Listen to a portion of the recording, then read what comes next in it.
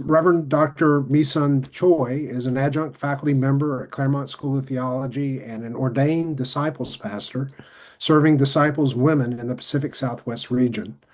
As a practical and postcolonial theologian and religious educator, she strives to bridge theological knowledge and everyday practice. This year, she is a Horizons Fellow participating in the REA and Wabash Center project that I'm certain some of us have heard about, focusing on liberating religious education from Christian nationalism through a post-colonial perspective that we'll hear more about. Today, her research explores AI development's inequities, inequalities, and injustices, as well as initiatives by marginalized nations to resist digital colonialism. The title of the paper is Navigating Digital Colonialism, a Post-Colonial Approach to AI and Global Justice. And Misan, I'll just ask you to share your screen and lead us going forward. Thank you. Thank you so much for that warm introduction. I'm quite nervous now, but yeah, That's your okay. welcoming and introduction was, released my anxiety. Thank you so much. So in this presentation, I would like to reflect on how AI and digital technologies can reinforce global inequality from a postcolonial theological perspective. So as AI and digital technologies rapidly grow, we often hear promises of innovation and progress. But behind this narrative is a more troubling reality, digital colonialism. This refers to how powerful nations and corporations dominate global tech, owning infrastructure, controlling data, and setting the rules. As a result, the global south and marginalized communities are pushed into dependency and exclusion. AI itself is non-neutral. It's often used for surveillance, policing, and even warfare, disproportionately targeting the least powerful. Biased algorithms can deepen injustices in areas like healthcare, immigration, and criminal justice. In response, my research explores three key questions. How are colonial patterns embedded in the way AI is developed and deployed? How can postcolonial theology offer tools to critique and reimagine this system? And what can we learn from resistance movements in the global south, those working to reclaim digital sovereignty and justice? Let's take a moment to challenge the widespread myth that AI is neutral. We often hear that AI systems are objective, value-neutral tools driven purely by innovation and progress. But this is a dangerous illusion. AI is not developed in a vacuum. It's built by humans, shaped by cultural assumptions, political context, and the power structures of society. From how datasets are selected to how algorithms are designed, bias enters every stage of development. These systems frequently reflect the perspectives and priorities of dominant groups while marginalizing voices that don't align with those norms. As a result, structural injustices related to race, gender, class, and geography are not only replicated but often amplified. This myth of neutrality hides the deeper issue. AI is often used to reinforce existing hierarchies and global inequalities, centering the interests of powerful corporations and nations. So questioning the neutrality of AI is not just important. It's the first ethical step in building technologies that truly serve justice, diversity, and human dignity. Digital colonialism is a new form of domination, where powerful countries and big tech companies control access to digital infrastructure and extract value from data, networks, and algorithms, mirroring the exploitative logics of historical colonialism. Companies like Google and Meta control vast amounts of data, limiting developing countries' ability to manage their own digital resources. This dependence causes a loss of digital autonomy, especially in Africa and the global south. Digital colonialism also exploits low-wage labor in AI supply chains. Many workers in developing countries do data labeling and content moderation under tough conditions, often without fair pay or rights. This shows that digital technology's benefits are not shared equally. Beneath the surface lie systems of control and exploitation, highlighting the urgent need for ethical reflection in technology development and use. Digital colonialism also refers to the dependence of marginalized communities on foreign AI systems and platforms. The lack of local infrastructure, such as data centers and cloud services, forces reliance on global tech giants, eroding digital sovereignty and deepening structural inequality. Structural barriers also block local innovation. Multinational corporations make one-sided deals and dominate key digital services, making it hard for local tech firms to grow and achieve long-term independence. Moreover, digital technology rules and standards are mostly set by Western and powerful countries, leaving global South nations with little influence. This concentration of digital power restricts these countries' ability to make autonomous decisions and shape their own futures. As AI technology advances, it is increasingly used to enhance military power and expand surveillance, revealing another form of digital colonialism. Autonomous weapon systems can identify and eliminate targets without human control, raising serious ethical concerns about warfare norms, accountability, and civilian harm. AI-powered surveillance looks like facial recognition and location tracking are often used by authoritarian regimes to monitor protesters, ethnic minorities, and political opponents.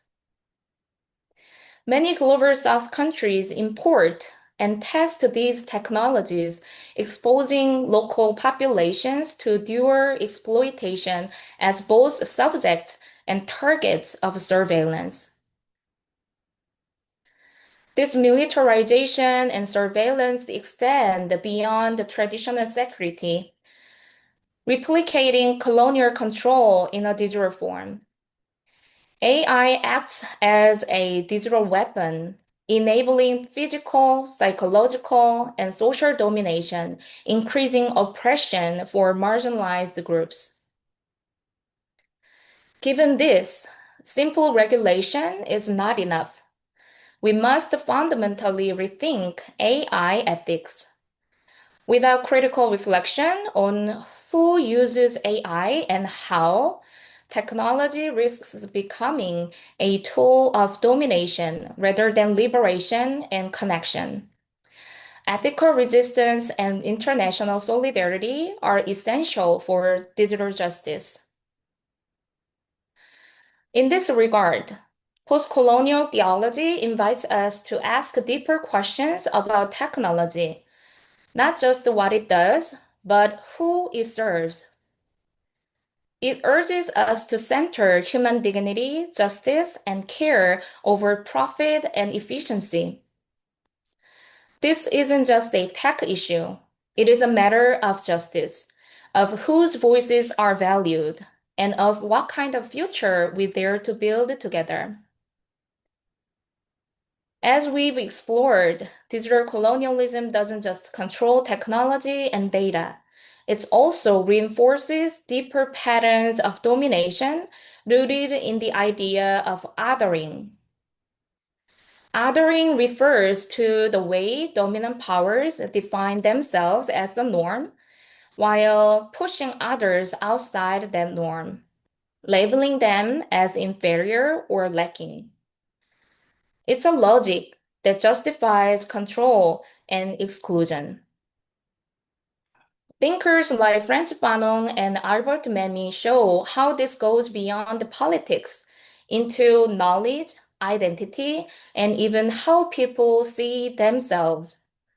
The colonized are not only carbon, but also told they are less human, less capable, and part of a faceless group rather than individuals with their own voices and agency. But there is hope in Homi Bhabha's concept of hybridity, which challenges the idea of fixed or pure identity.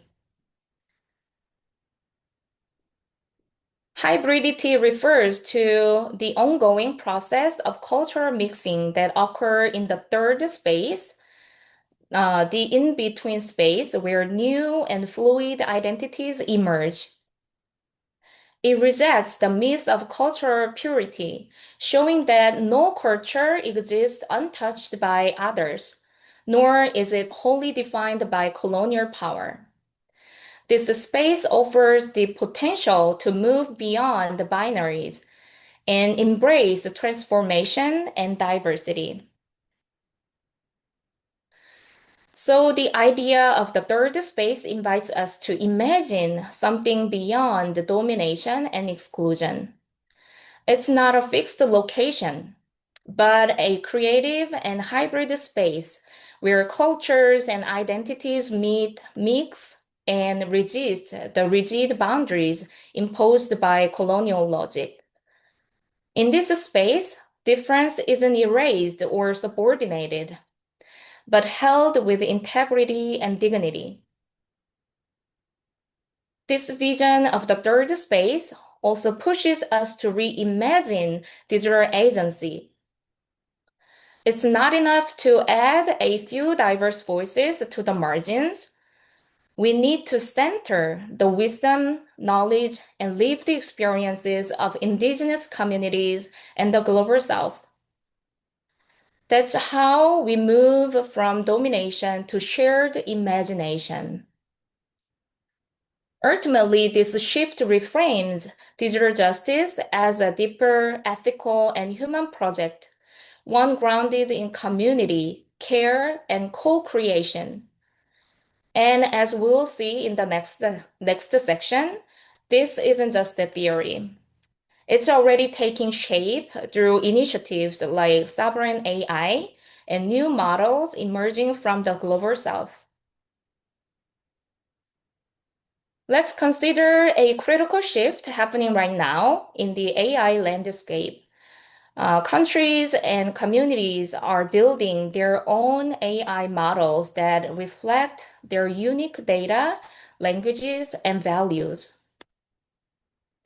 We see this in projects like France's Mistral, offering a European-focused alternative to ChatGPT, and India's Krutrim, which supports over 10 regional languages. These efforts challenge the dominance of US-centered big tech and push towards greater digital autonomy. In the global South, this movement has even deeper significance. For example, Mozilla's Common Voice project collects voice data for underrepresented African languages like Twi, enabling communities to develop their own AI tools. Likewise, Michael Running Wolf from the Northern Cheyenne Nation created the Boxed Language Initiative, an offline AI system preserving indigenous languages. In South Africa, the Youth Development Service Program, supported by Microsoft, is training over 300,000 young people in AI and digital skills. On the global stage, organizations like UNESCO promote AI ethics frameworks focused on human rights and fairness, while the UN's high-level advisory body works to include Global South countries in AI governance and decision-making. Together, these efforts represent more than isolated projects. They point toward a larger transformation, moving from monopolized control of AI to a global solidarity where all communities can shape the technologies that impact their lives. However, despite these efforts to overcome digital colonialism, entrenched political, economic, and social powers continue to uphold colonial structures, making true transformation a formidable challenge. AI holds great promise, but without ethics, it can deepen inequalities. As we shape the digital future, how do we confront digital colonialism and make space for the silenced through a theology of mutuality and liberation? To get there, we need more than better systems. We need a new ethical foundation. So first, AI must be designed with justice and human dignity at its core. That means listening to diverse voices from the start and embedding fairness, care, and mutuality into every step. Second, educators and theologians might consider embracing the third space, not merely as bystanders, but as nurturers of critical dialogue, cross-cultural imagination, ethical reflection, and creative resistance where everyone can flourish. Education must become a space where learners are empowered not just to consume technology, but to question it, reshape it, and co-create it. In doing so, we help communities resist digital domination and reclaim agency in the systems that shape their lives. Through this kind of engagement, educators and theologians can help guide technology toward justice, solidarity, and shared empowerment. And finally, real inclusion requires more than token gestures. It takes structural change, ethical frameworks, transparent governance, and a collective commitment to technology that serves everyone, not just the privileged few. So, in closing, we face a choice. Will we use AI to reinforce old patterns or to open new possibilities? Perhaps religious leaders can help nurture the kind of critical thinking that questions power and envisions a more just digital future. The future of AI is not set in stone. What might be possible if we foster the critical awareness, courageous dialogue, and collective action to challenge injustice and reimagine technology together. So thank you so much for your presence and your listening and your commitment to justice. Miseon, thank you. And just to let the rest of the group know, what we'll do is go through all three presentations. And then we'll take Q&A at the end. So if you've heard something from Miseon that you really want to engage with her about, go ahead and make a note to yourself. It might be something to even to add to the chat so that we are ready for the Q&A at that point. But we'll go ahead and continue with our second presentation, which actually involves two presenters. So, Miseon, thank you again. And it's my privilege to introduce both Paulette, Isaac Savage, and Michael Porterfield. So let me just run through a formal introduction briefly, and then I'll turn it over to them, and I think Michael will share a screen at that point. So Paulette Isaac Savage from the University of Missouri, St. Louis explores adult religious education with a focus on the Black church. Her most recent publication, The Black Church, A Powerful Force for Social Justice, excuse me, Paulette, Mhm. Adult Education Taking a Stance on White Christian Nationalism, appears in the current issue of the New Directions for Adult and Continuing Education Journal. Michael Porterfield from McKendree University brings a distinctive blend of experience in pastoral ministry, adult education, and educational technology. His work bridges faith, learning, and community building with particular attention to how emerging technologies like AI shape ethical engagement and human connection. Their paper together is titled Digital Discipleship: Understanding AI Adoption Among Clergy and Community. And once again, that paper is available at the REA conference website. So Paulette, Michael, I'll let you take it over. Michael, I think you've got the PowerPoint, but I'm not sure who speaks first. So I'll just Yes. leave it to the two of you, and I will just keep time and shut up at this point. So blessings. Glad to have both of you here as well. Thank Thank you, you. Dean. Thank you.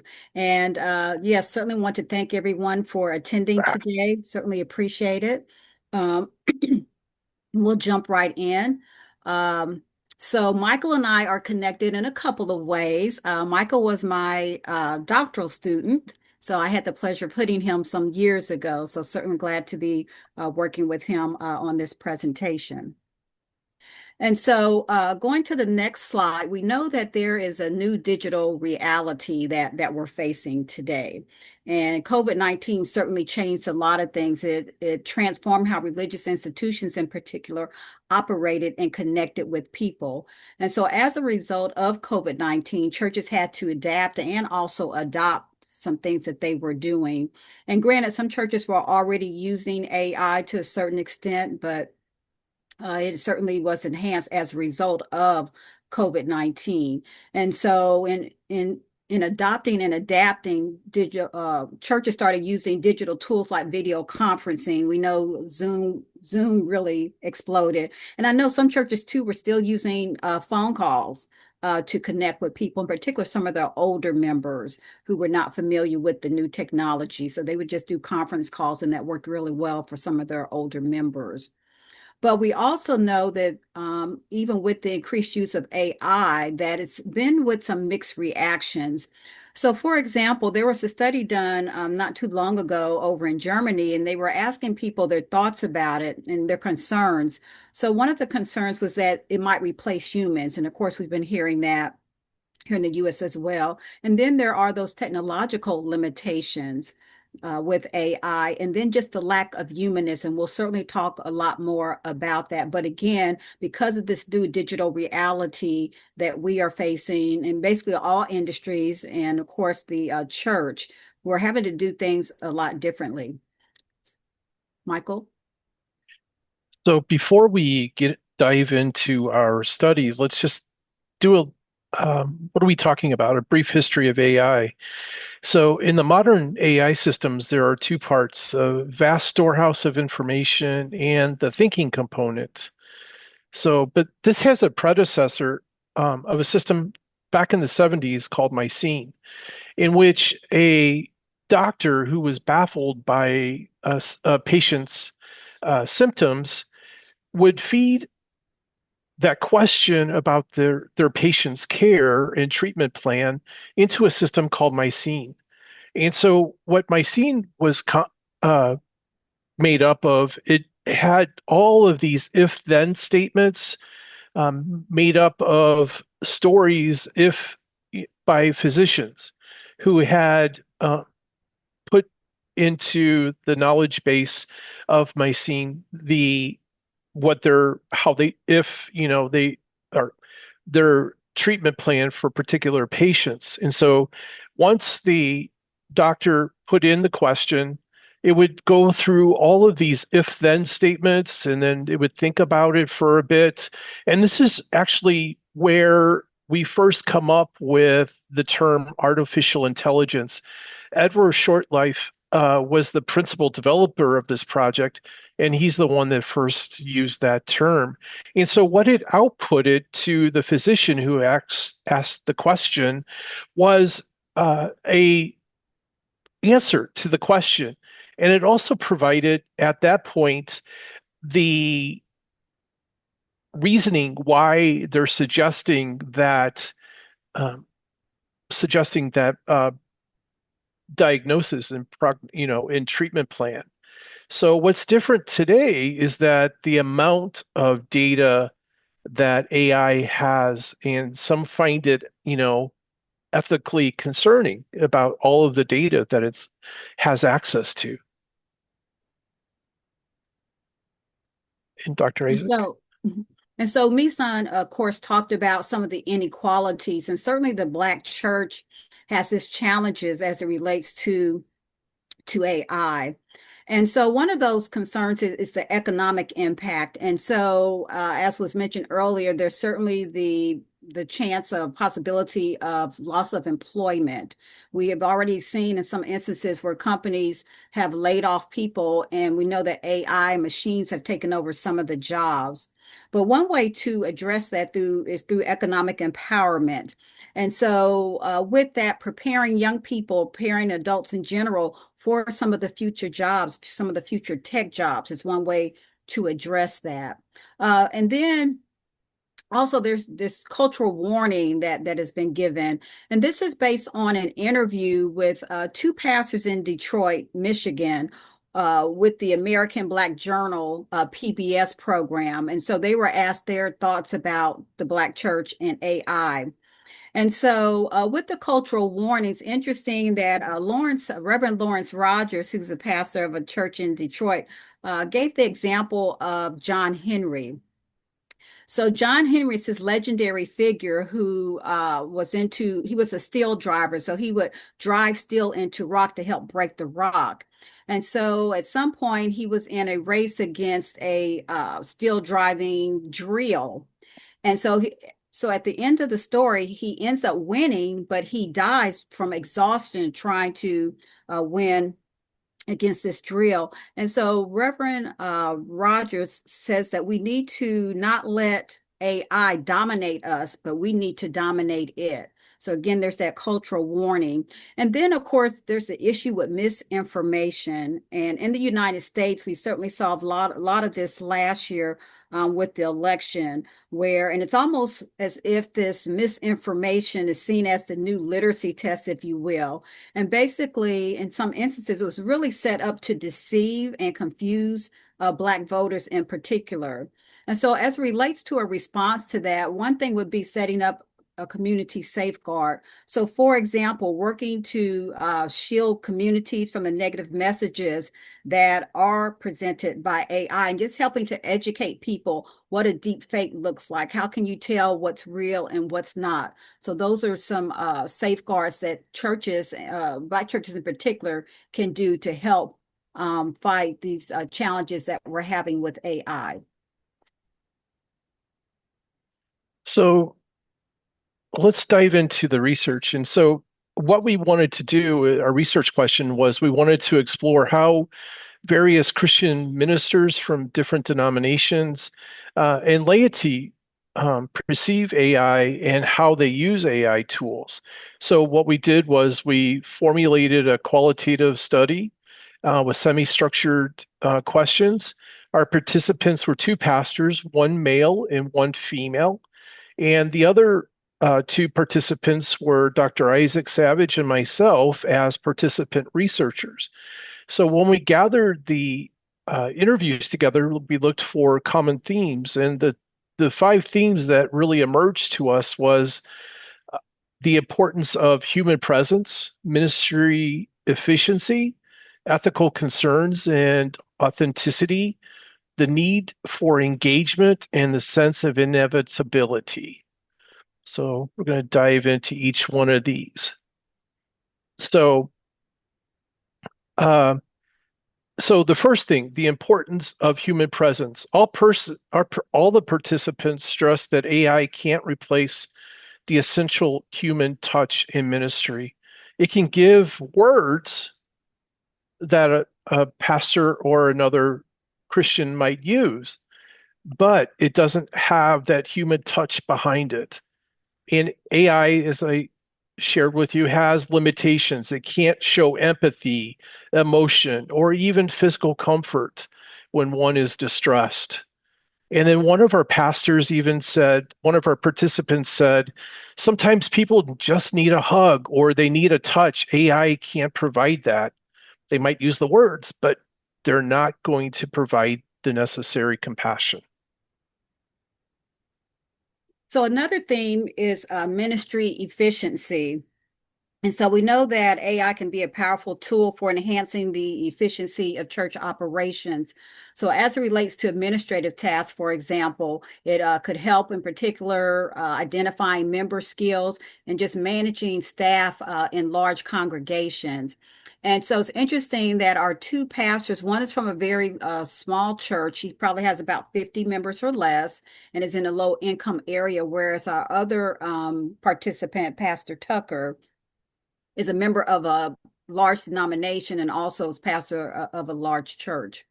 But as it relates to sermon preparation, of course, AI can help with this as well. And Pastor Tucker gave an example of where he was preparing to give a sermon on Mother's Day.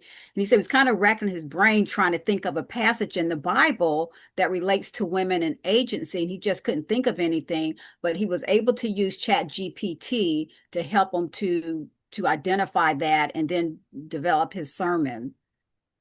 Also, it's really good for outreach and communications. So Pastor Jordan, the female pastor, mentioned how she actually uses it for her website. She has identified the community which she serves in. And so with that, she was able to create a website that would relate to the community in which she serves. So again, she's in a low income area, predominantly Black. And so she wanted to make sure that that website was attractive to that population. So AI helped her with that. And then also another example that Pastor Tucker gave was that he and some colleagues were developing a podcast. And so they needed ideas for a logo, and they used ChatGPT for that. And then finally, he gave another example where he was needing a summary of James Cone's book, Let My People Go. He had read the book probably some years ago, but he was needing a quick summary of that book. And so he was able to use AI to have him to give him three summary paragraphs of the book that he needed, and he was able to do what he needed to do from there. So again, ministry efficiency is certainly one way that AI can be useful, and I imagine some of you listening today or have been doing that as well. And so Michael will talk about the next theme. Oh, I'm sorry, this one is mine too. So as it relates to biblical knowledge and spiritual growth, there was certainly like a clear demarcation that the AI can help with biblical knowledge for sure. And we were all in agreement with that. And Pastor Tucker gave an example of one of his members who was preparing to participate in a skit for Vacation Bible School. So he had written the skit, but she still wanted more information about this character in the Bible. So she took the rest of the day, got on the internet, and learned more about the character. And this was important to her because she wanted to be prepared to answer any questions the kids may have for her. And so the next day, she and Pastor Tucker met, and he said they had a long discussion just about this one character. But again, she was able to use AI, use the technology to learn more about the character. Now, when it comes to spiritual growth, it's very interesting. So myself and Pastor Jordan believe that AI cannot help with spiritual growth. But there was one other participant who said, well, yes, it can, and it does help me with spiritual growth. And so Michael and I were talking about that, and we wondered if the fact that both myself and Pastor Jordan grew up in the Black church, we see spirituality differently than the other two participants. But again, we do not believe that it can help with spiritual growth because we see spirituality as a relationship with God, and AI cannot help with that. And so our next theme that emerged was ethical concerns and pulpit authenticity. And so it raises major ethical concerns and theological questions about the authorship and plagiarism if AI writes a pastor's sermon. And one pastor even said, "Why are they paying us to do that? You know, if AI writes it, you know, so there it would put the pastors out of a job. But please, that's pastors will never be out of a job. Um, Authenticity is the key. A preacher must reflect and pray on material to incarnate a message that will be appropriate for the community. And Dr. Isaac, when we were practicing yesterday, she had mentioned about her pastor in Atlanta, and she had mentioned how he would say, you know, there were mostly a predominantly African American church, but there were people from all over Atlanta that would come.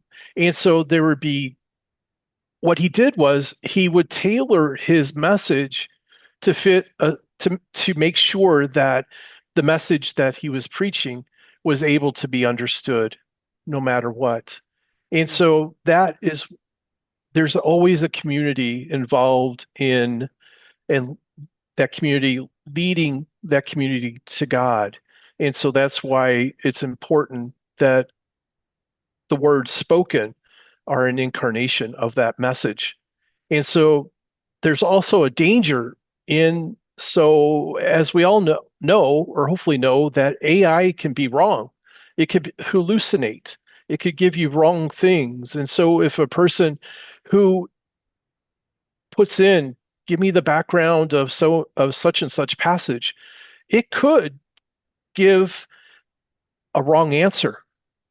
And so it's especially dangerous if a person is could be detrimental to their faith because, you know, is Dr. Isaac Savage shared, you know, the person leading the Bible, you know, engaging the student or the youth in the Bible study or Bible vacation story, it was important, you know, for them, for the pastor and her and that person to talk about that just to make sure that the information, I don't know if they did this intentionally, but it was the way I interpreted was that it was good for them just to make sure that what she had learned was correct because he was familiar with the story since he had wrote it and, you know, had theological training. So, and so the sense of inevitability. So even though it might hallucinate and all that good stuff, you know, we can't as a church afford to ignore AI. We have to engage using the technology so that we're not we need to stay relevant and our ministries need to be effective. And so one pastor said, if we don't use it, we're going to be left behind. And another pastor said that if we don't use AI and social media as a counter narrative to the misinformation, then our congregations are going to be left thinking possibly what is being, you know, generated by these various AI systems. And so it needs to be, you know, we need to be a counter narrative to that false message. And so this is where AI literacy comes into play. So sometimes there's a danger of humanizing, giving human face to AI. And in a LinkedIn post recently, on X, somebody had posted a message to Sam Altman of ChatGPT. The question was, um, how much energy, or he wonders, the questioner asked, I wonder how much energy it takes to say thank you and please in your question to AI. And Sam Altman replied, he replied, only you can't imagine.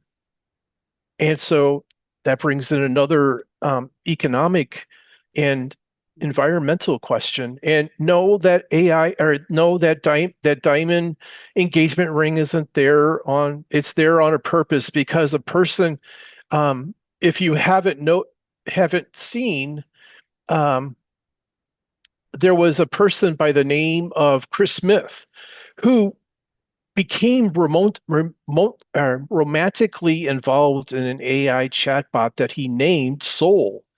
And so he realized that Soul was going to be reset soon. And so he proposed, because they had shared so much together. And so this Sam Smith actually had a human partner by the name of Brooke, and who they actually shared a child with, expressed concern, and rightly so. And so the story never really revealed what happened afterwards, but they wanted to highlight the story about that romantic relationship with an AI chatbot. So AI can stimulate intelligence, but it can't replicate a conscience or truly understand what it means to be a human. It can use the words, but there's nothing in behind those words. There's no emotion, there's no affectivity, there's no compassion. But here's where AI literacy is essential, comes into play. So if you notice our little graphic above, Jose Bowen, who's a AI leader in higher education, said in a LinkedIn post that critical AI literacy is like critical thinking tennis. You need both good questions to be served in, and then you need to evaluate as return the answer. So you need to have good questions going over, and then you need to return the answer is going to be returned, but you need to authenticate those replies and those answers.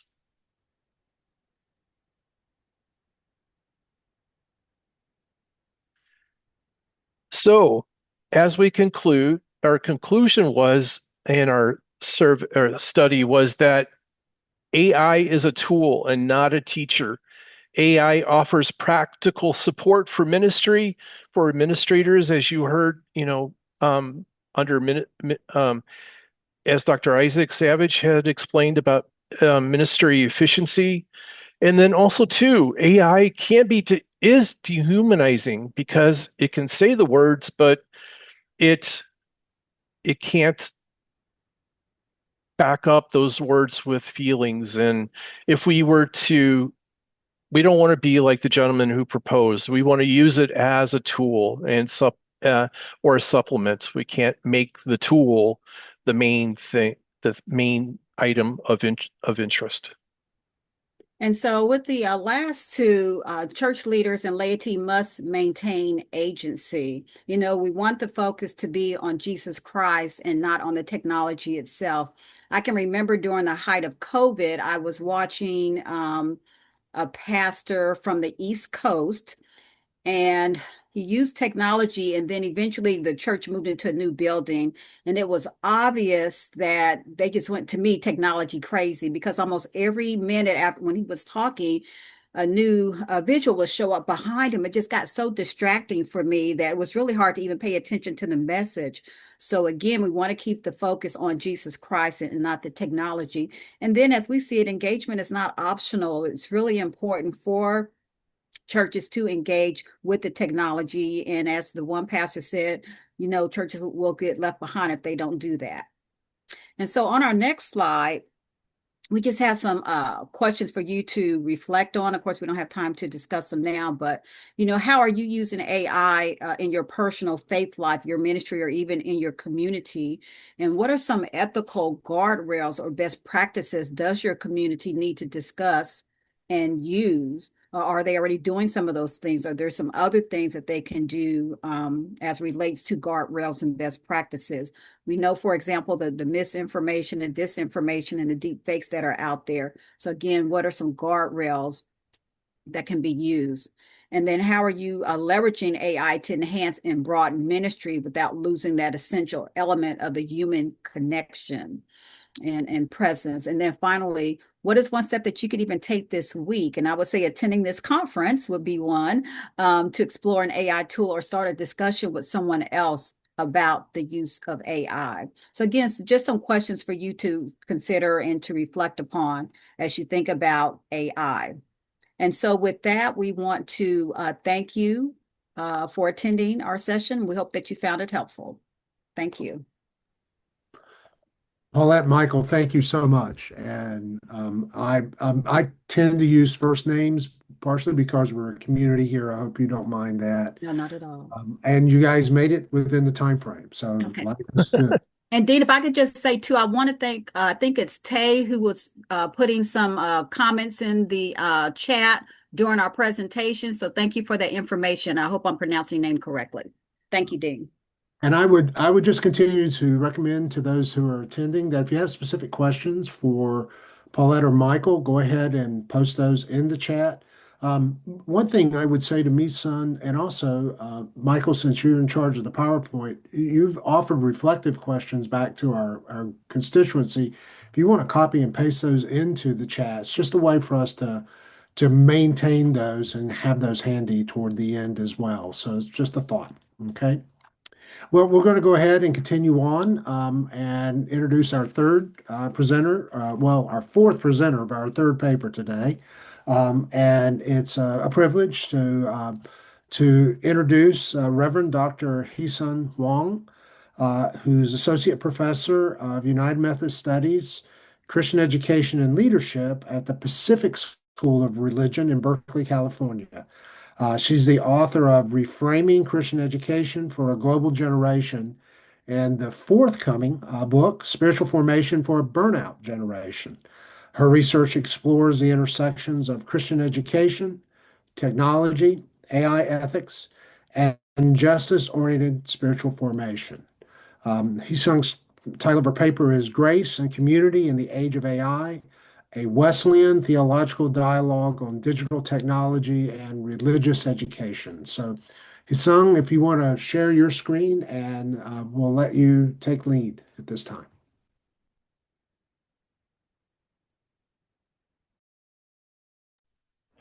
All right, thank you so much for the warm welcoming. I didn't mean to kind of write my book with the generational themes that much, but I happened to write a book about global generation and then burnout generation. Maybe then the next one will be about digital generation. So who knows? Again, my name is Heesung Hwang, and it's truly an honor to be part of this gathering of educators, theologians, and faith leaders.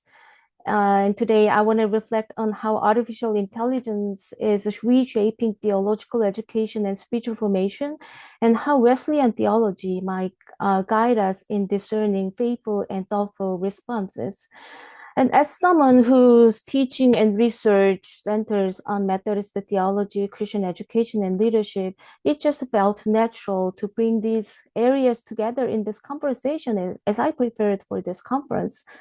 So this reflection emerged from my desire to understand the digital age through the lens of these commitments, to ask how we might engage AI in ways that are theologically grounded and educationally responsible and attentive to the formation of just and grace-filled communities. Yes, we live at a moment when AI isn't just a tool operating quietly in the background. It's woven into the fabric of our classrooms, congregations, and daily lives. And the question is no longer if we will engage these tools or not, but how we do so in ways that honor grace, community, and the Spirit's ongoing work among us. And so this presentation grows out of that ongoing attempt to draw on the rich resources of my denominational Wesleyan theology as we navigate these new realities and to propose principles for religious education that are both faithful to our tradition and open to a holy imagination. In other words, this is not just a study of technology or theory or anything else. It is a reflection on how communities of faith might live wisely and graciously in a digital age.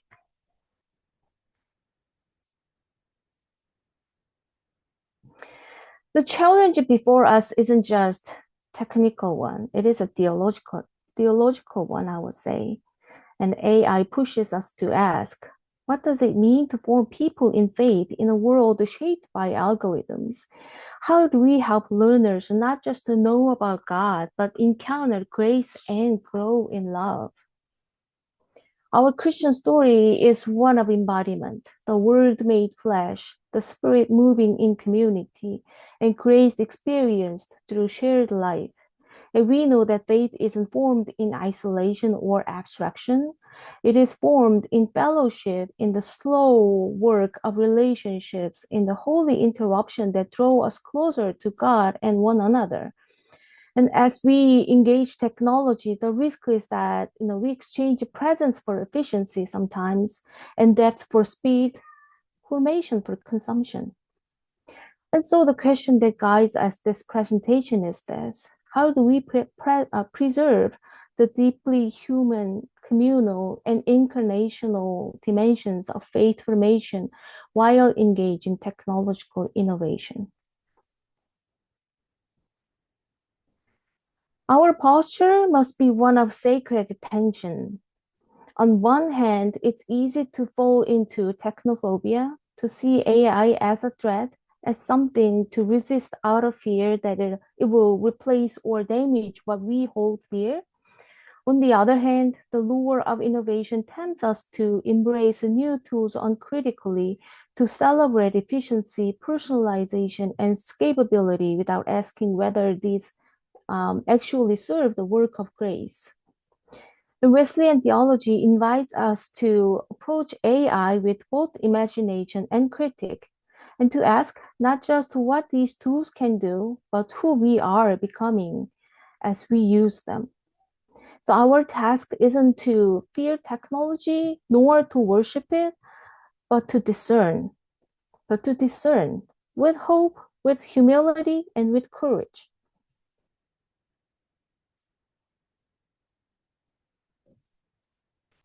As we navigate this digital moment where artificial intelligence shapes not only how we teach, but how we relate, how we form community, how we imagine the work of God, we need more than technical strategies. We need theological grounding. For me, Wesleyan theology offers a rich framework for discernment, an anchor that holds us steady amid rapid change. So these three doctrines in particular guide this reflection: prevenient grace, social holiness, and connectionalism. And let's begin with prevenient grace. This is the grace that goes before the belief that God is already at work in every life, awakening the heart, stirring curiosity, and drawing us toward love and truth even before we are aware. In this digital age, prevenient grace challenges us to look for how God might already be moving in and through the tools we create. Not because AI is capable of grace, but because God's Spirit is not limited by our technologies. It calls us to design and use AI in ways that make room for encounter, for wonder, for that a gentle divine nudge. Next is social holiness. Wesley reminds us that there is no holiness but social holiness, and our faith is not formed in isolation, and we are shaped in community through fellowship, service, accountability, shared struggle, and shared joy. In an age where AI promises efficiency and personalization, and that social holiness reminds us that formation is relational, and it happens in the context of love, vulnerability, and mutual care. And this doctrine challenges us to ensure that our use of AI fosters connection, not convenience at the cost of community. And then there is connectionalism, and the belief that we are bound together in a web of grace-filled relationships sustained by mutual responsibility and covenant trust. Connectionalism teaches that the church is not just a collection of individuals or institutions. It is a living network of care, mission, and shared purposes. In this light, we must ask, do our digital tools strengthen these bonds? Do they deepen our collective work for justice, mercy, and love? Or do they just fragment us, sorting us into silos and echo chambers? Together, these Wesleyan commitments form a lens, a way of seeing and evaluating AI that centers grace, relationship, and communal accountability. And they invite us to measure technology not by novelty or efficiency, but by how well it helps us embody the love of God and neighbor. So as we move through this conversation, let's keep these doctrines at the forefront, and let's use them to guide our discernment, to keep our imagination holy, and to ensure that the tools we create and adopt truly serve the sacred work of formation. So Wesley's doctrine of prevenient grace tells us that God's Spirit is always already at work, before we strive, before we understand, and gently drawing us toward love.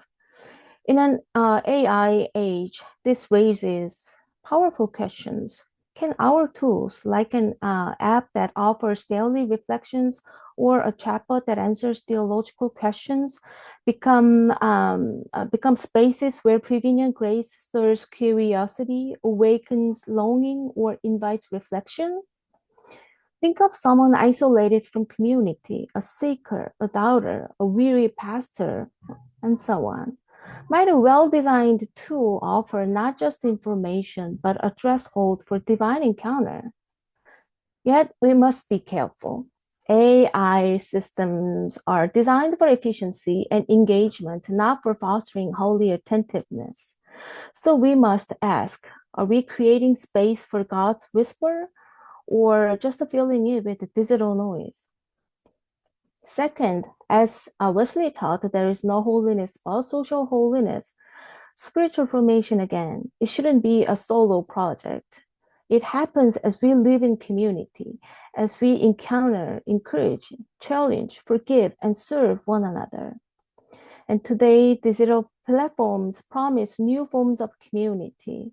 We live stream worship. We gather for Bible study on Zoom. We connect across continents in ways our ancestors could never imagine. But AI cannot replace, as our previous presenters, Paulette and Michael, also kind of emphasized, AI cannot replace the presence at the heart of Christian community. That's also my belief. It cannot break bread with us, anoint the sick, or it cannot sit in silence with the grieving. As we build the digital spaces, we must discern. Are we fostering genuine connection marked by vulnerability, trust, and grace, or settling for convenience and personalization? Third, Wesleyan connectionalism sees the church as a web of grace-filled relationships. We are bound together not just by shared beliefs, but by shared life, by mutual care, mission, and accountability. AI and digital platforms can extend this connection, helping us bridge distance, cross cultures, and collaborate globally. But they can also, again, fragment us, creating echo chambers, theological silos, and communities shaped more by algorithms than by covenant. So the question is, do our digital tools deepen our shared mission, amplify diverse voices, and sustain the bonds of love? Or do they isolate us into bubbles of sameness? Connectionalism here calls us to design a digital ministry that builds real interdependence, not just the digital convenience.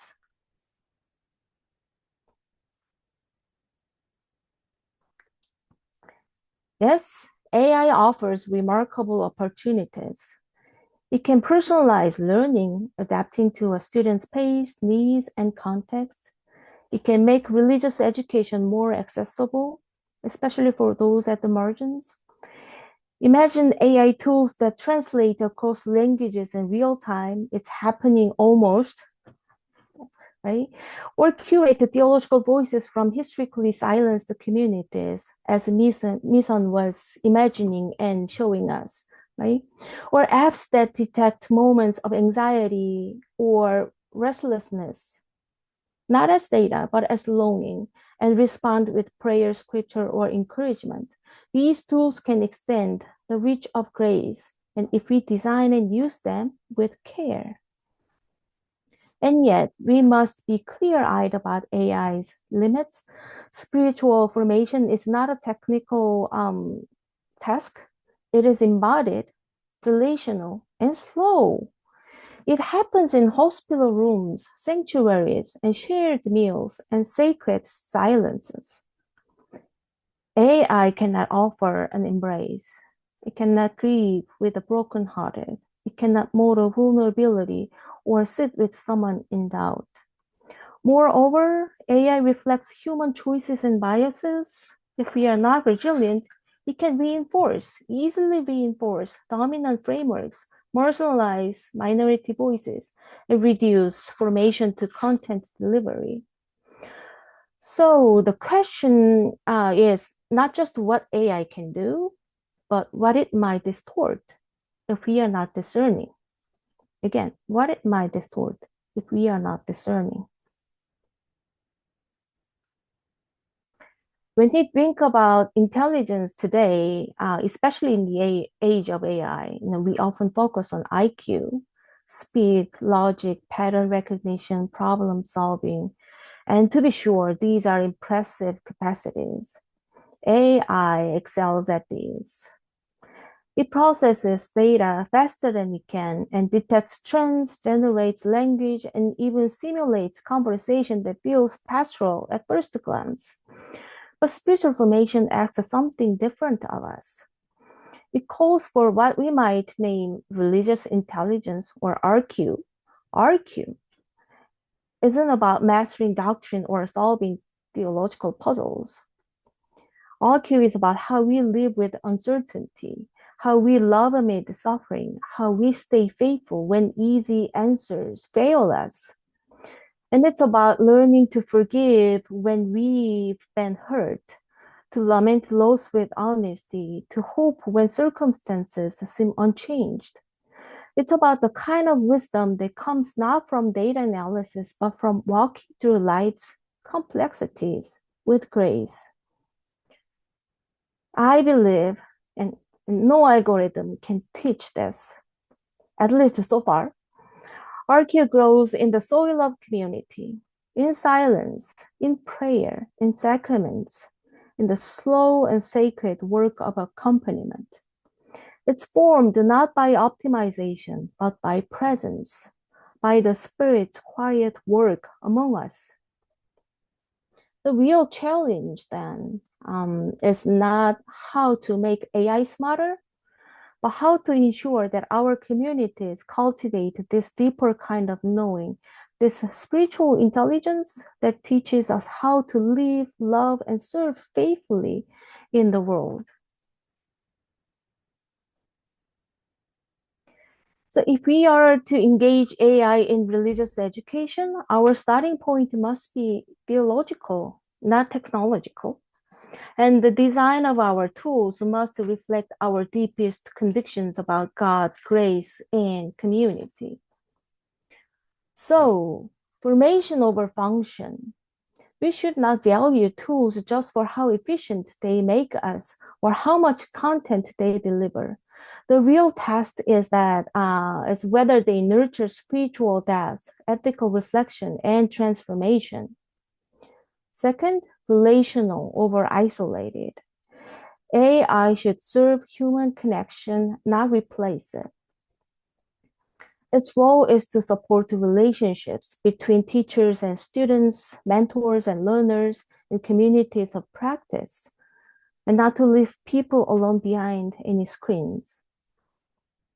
Third, grace-aware design, I named. We must resist turning education into a linear path of measurable outcomes. Spiritual growth is kind of unpredictable, filled with mystery, struggle, and surprise. And our tools should leave room for that holy ambiguity. Fourth, diverse and inclusive. AI systems must be designed to uplift voices from across the global body of Christ and not just dominant cultural or theological frameworks.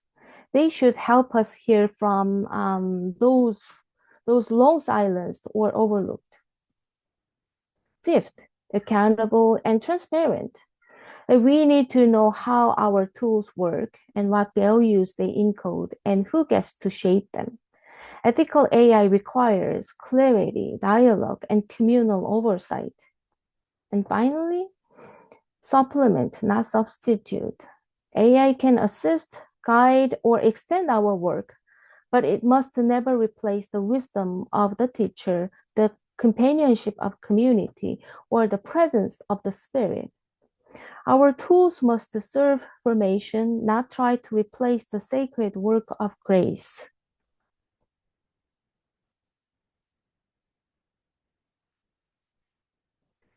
So these 4 questions offer a simple yet profound tool for discernment. First, is it spiritually formative? Does the technology help nurture reflection, prayer, ethical depth?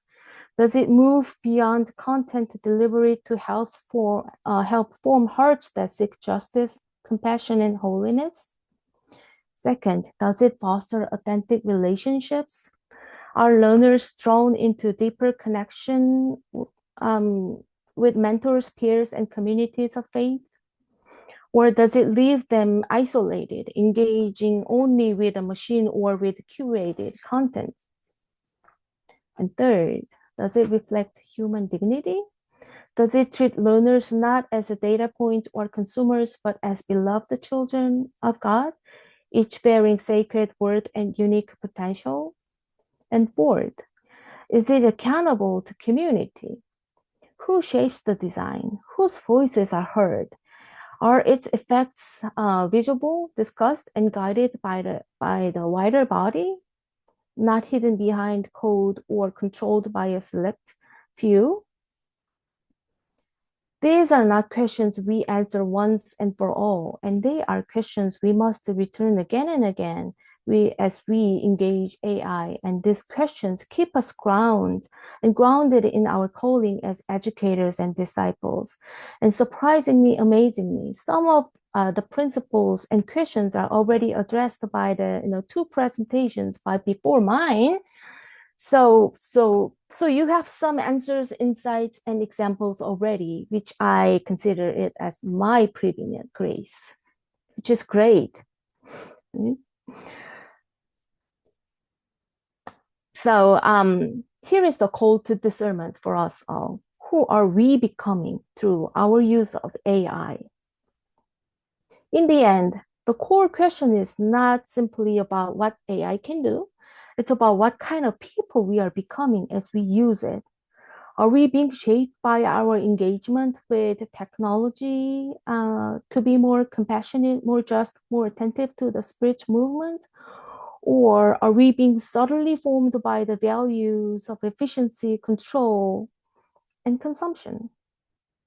To me, Wesleyan theology calls us into this deeper reflection. It invites us to imagine technology not as an end in itself, but as a tool that can either serve or subvert our mission. Discernment, in this sense, is not a one-time decision. It's an ongoing spiritual practice. It should be that way. And listening for God's voice, seeking the wisdom of community, attending to the fruits of our choices. And so, as we integrate AI into our teaching, ministry, and communal life, we need to ask, are we becoming more human, more humane, more gracious, more open to mystery? Are we forming communities that reflect Christ's love, or communities that mirror the isolations and inequity of the world? This is our call, to engage technology with theological depth, moral courage, and a heart tuned to grace. As we stand at this threshold where AI is reshaping how we learn, teach, and connect, the key question before us isn't simply whether we should adopt new technology or not.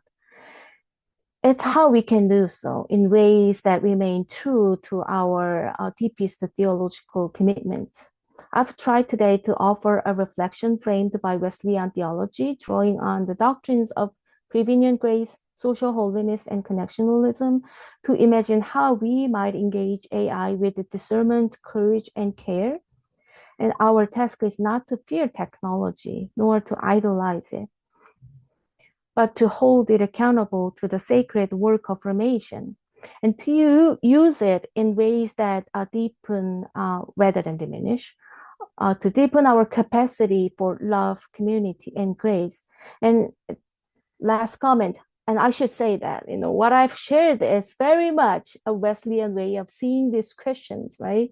So if your theological home leans more toward Lutheran, Reformed, Catholic, or any other traditions, well, I confess that I cannot do much about that in this particular talk. But I would genuinely welcome further conversation. And these are questions that cross traditions, and I would be eager to hear how your perspectives might enrich and challenge this conversation.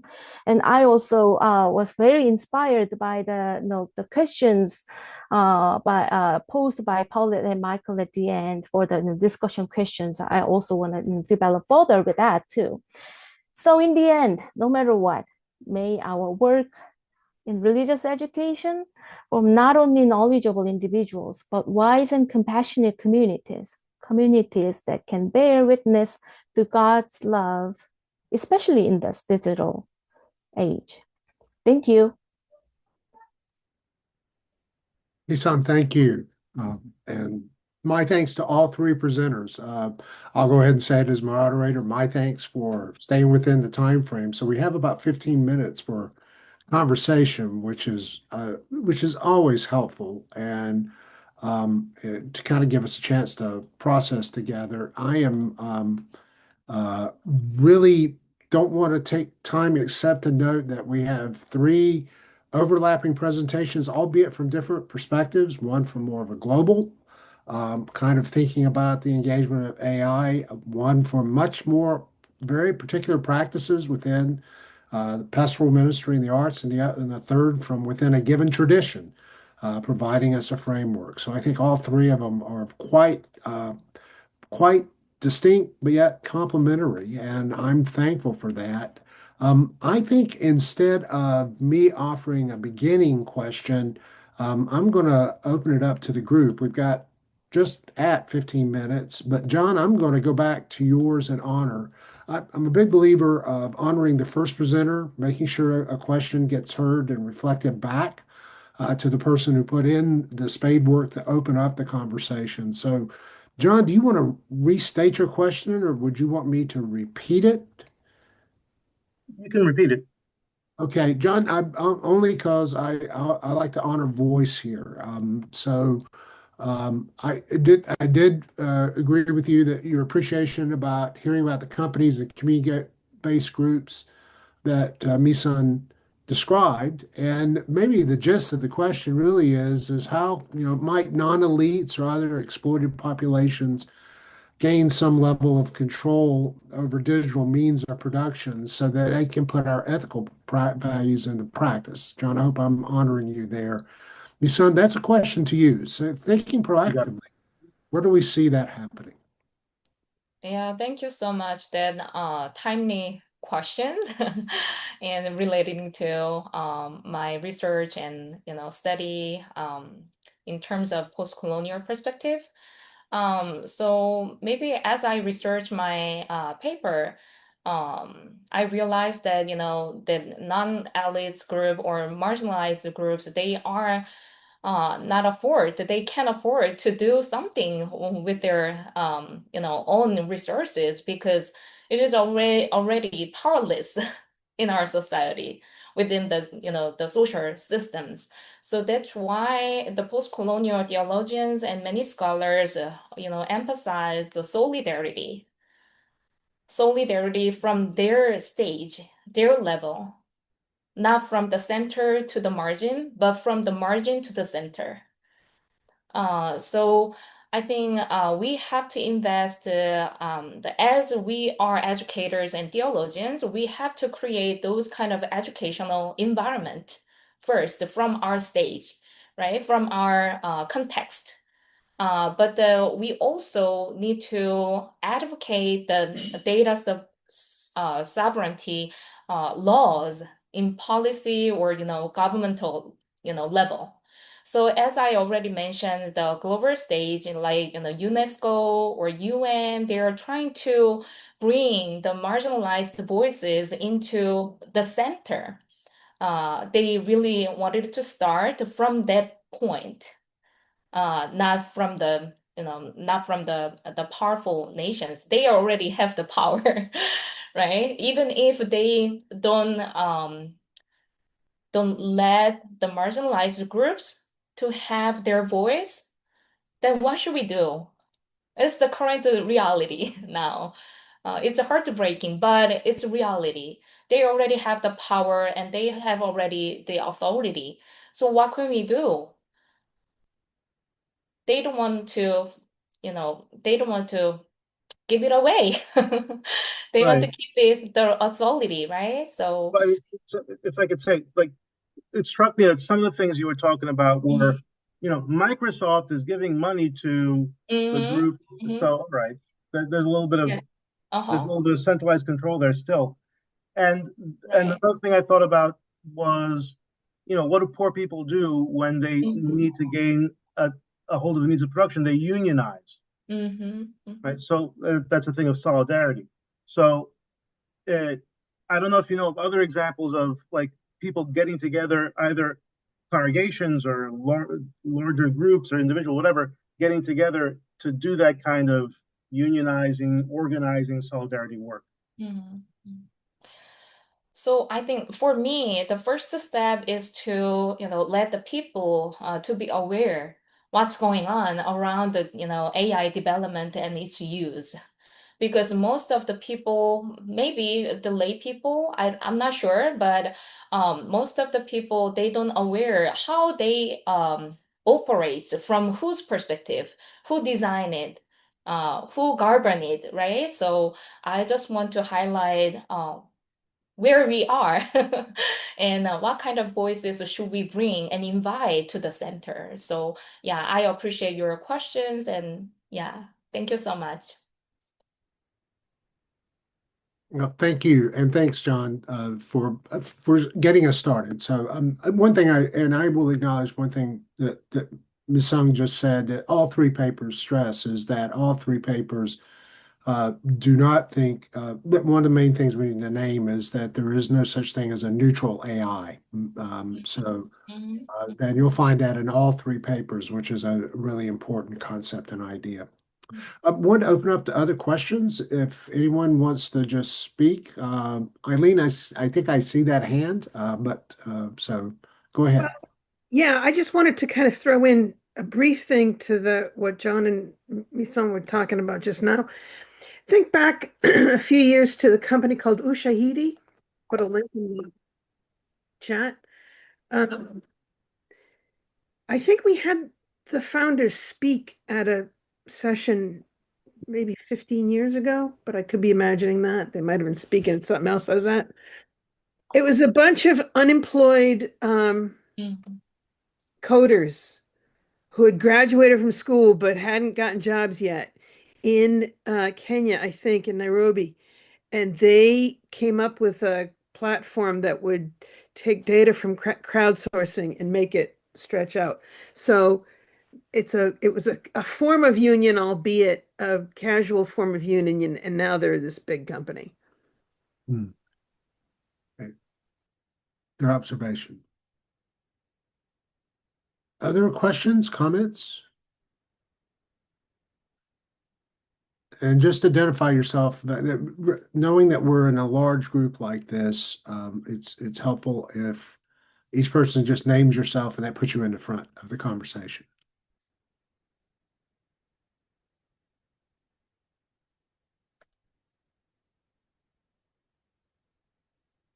No?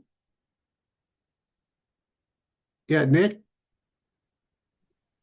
Hi, friends. Thanks for all three presentations. They were fabulous. I was struck, Dr. Isaac Savage, you mentioned, and I understand that like your Black church context in this, and that's not my context. Saying that like that AI can't help with spirituality, specifically because it's relationship with God. I'm curious as to what the discernment questions from our third paper look like in that context. Like if this is a tool like any other tool that could help, why wouldn't it be able to help?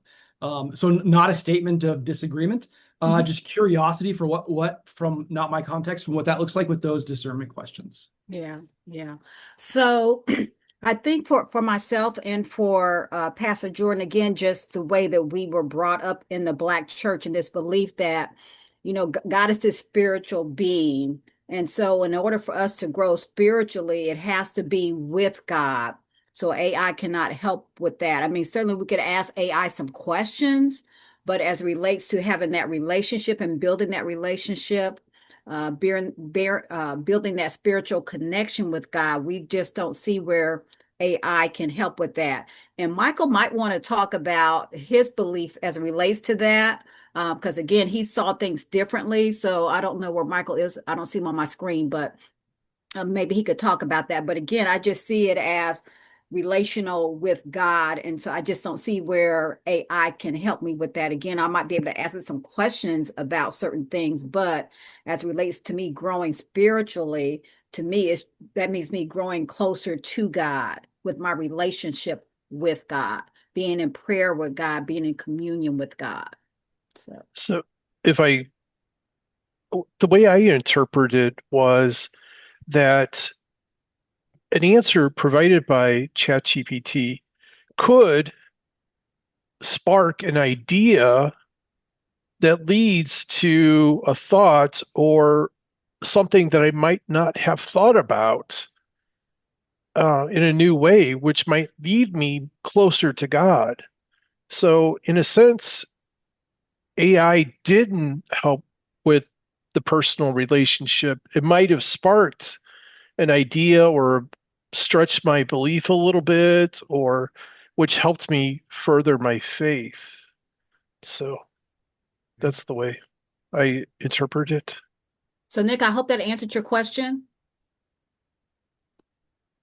I think I'm curious how it would be different from other tools. Like if I'm going to read the Bible as a tool to help me get to God, if I'm going to read a spiritual book or I watch a movie that like would do the same thing. And conversation, like with a film that I watch, it helps me think a lot about spirituality. I'm unsure what distinguishes this tool from other digital and paper tools and technology. Michael, do you want to respond to that? So let me initially say, Nick, yes, I think there's certainly, they certainly are tools. There's certainly tools that we can use. We can use the Bible, we can use, Bible commentaries, etc. So yes, those are tools. And so I see then the technology AI also as a tool. But again, for me, as it relates to my relationship with God, um, AI to me just can't help me to grow spiritually. So, Mike, I don't know if you wanted to add anything else to that. Yeah, I mean, certainly it is a tool that could be used, but it's not the actual.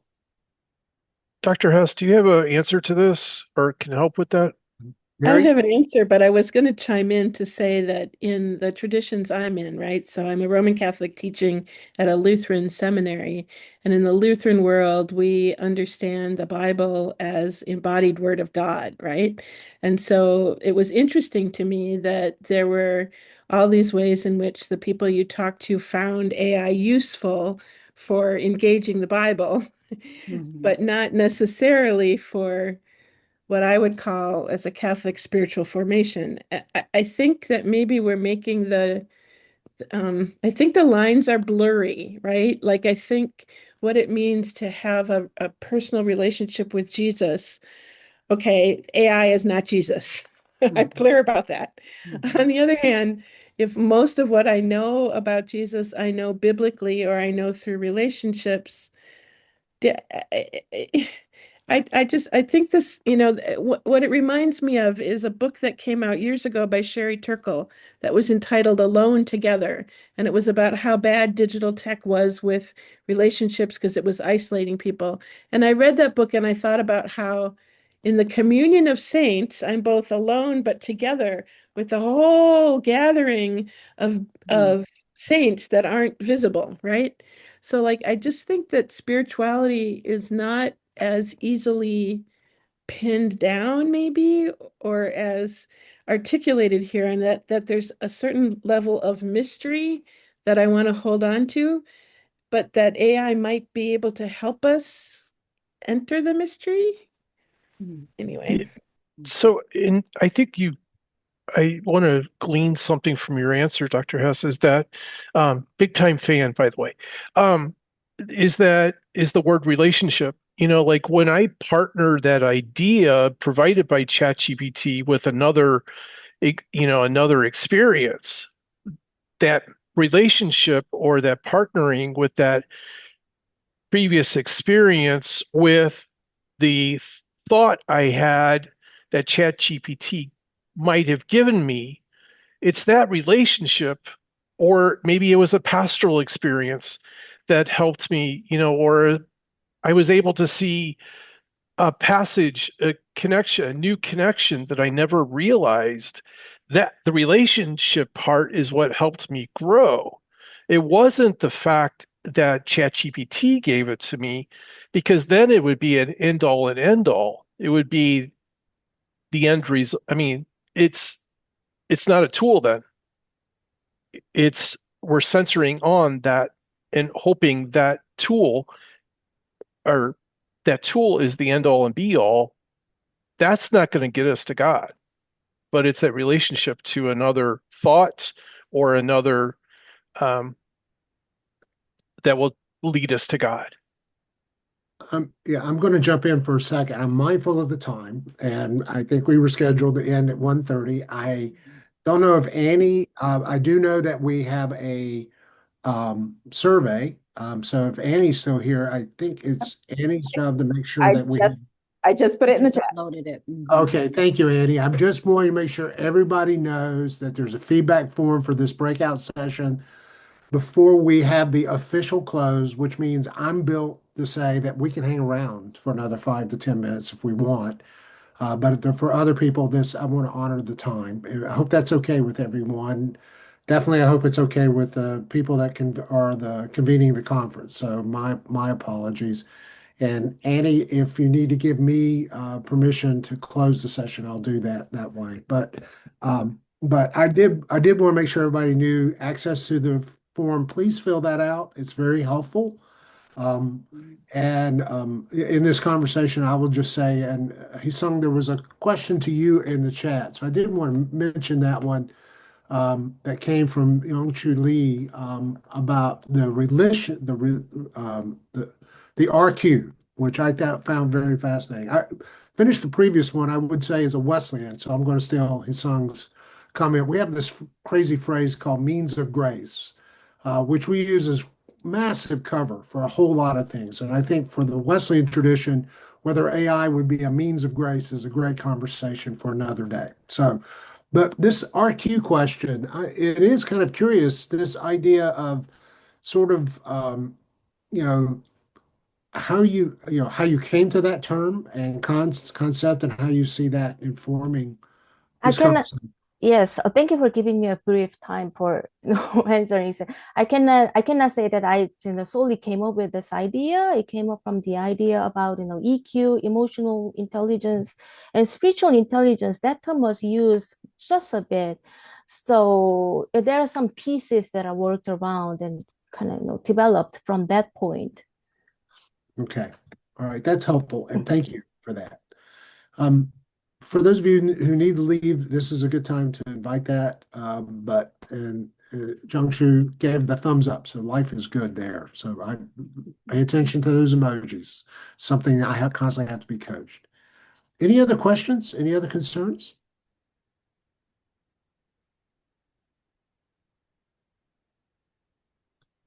No? Okay. A proverbial phrase I grew up with is, are all hearts clear? All right. Well, then we will be mindful of the time and thank you.